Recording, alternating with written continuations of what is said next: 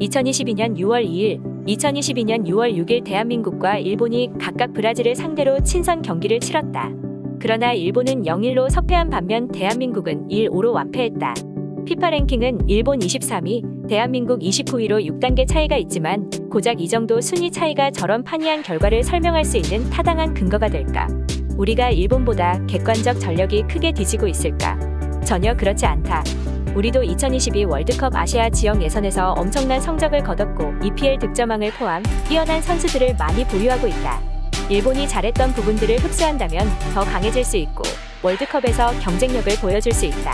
결과에 가장 큰 영향을 준 요인은 바로 압박이다. 일반적으로 전방 압박을 하면 뒷공간이 열려서 위험하다고 알려져 있다.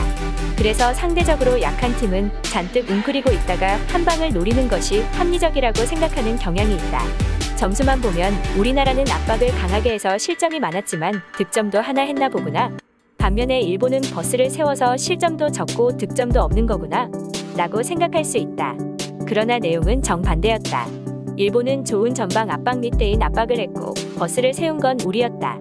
어떻게 일반적으로 알려진 것과는 정반대의 결과가 나온 것일까? 첫째, 일본이 압박을 해야 할 때만 했기 때문이다.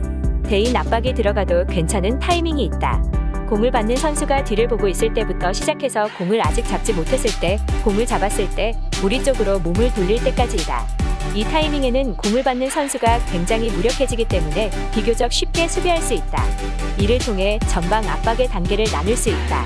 첫째, 상대 골키퍼가 공을 잡고 있을 때 상대 수비수까지 적극적으로 압박한다. 둘째, 상대 수비수가 공을 잡고 있을 때 1선은 보수적으로 수비하되 2선에서 압박한다.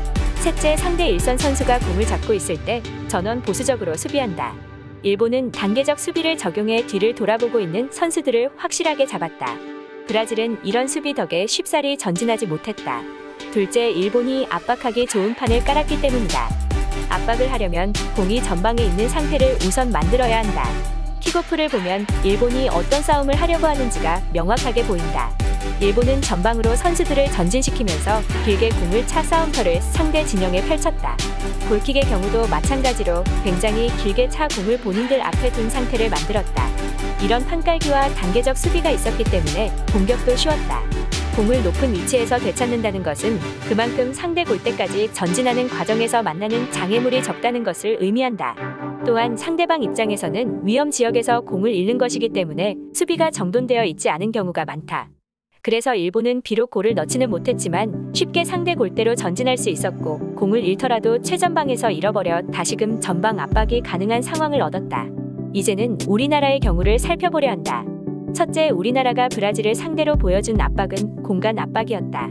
개인 기량이 뛰어난 상대 선수들을 최대한 통제하기 위한 방법이었고 이는 틀렸다고 말할 수 없다.